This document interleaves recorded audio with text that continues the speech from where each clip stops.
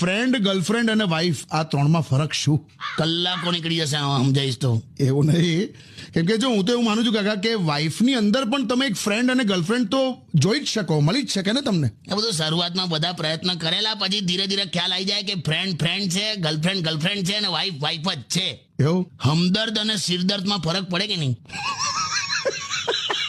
वो आशिक अपनी महबूबा को बेपनाह चाहता है, शादी के बाद सिर्फ पनाह चाहता है. અરે વાહ વાહ.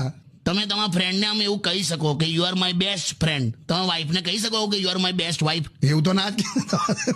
ના પછી એવું નહીં, તમારા લાઈફનું આમ કોઈ માની લો કે તમારું ટોપ સિક્રેટ હોય હા, તો તમે ફ્રેન્ડ સાથે શેર કરો કે વાઇફ સાથે?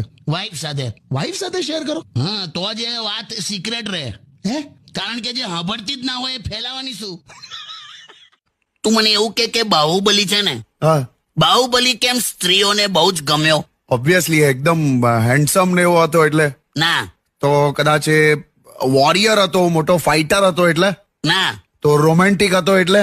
ના, એ ભરી સભામાં એની પત્નીનો પક્ષ લીધો એને, અને એની મમ્મીને કહી દીધું કે મમ્મી તું ખોટી છે.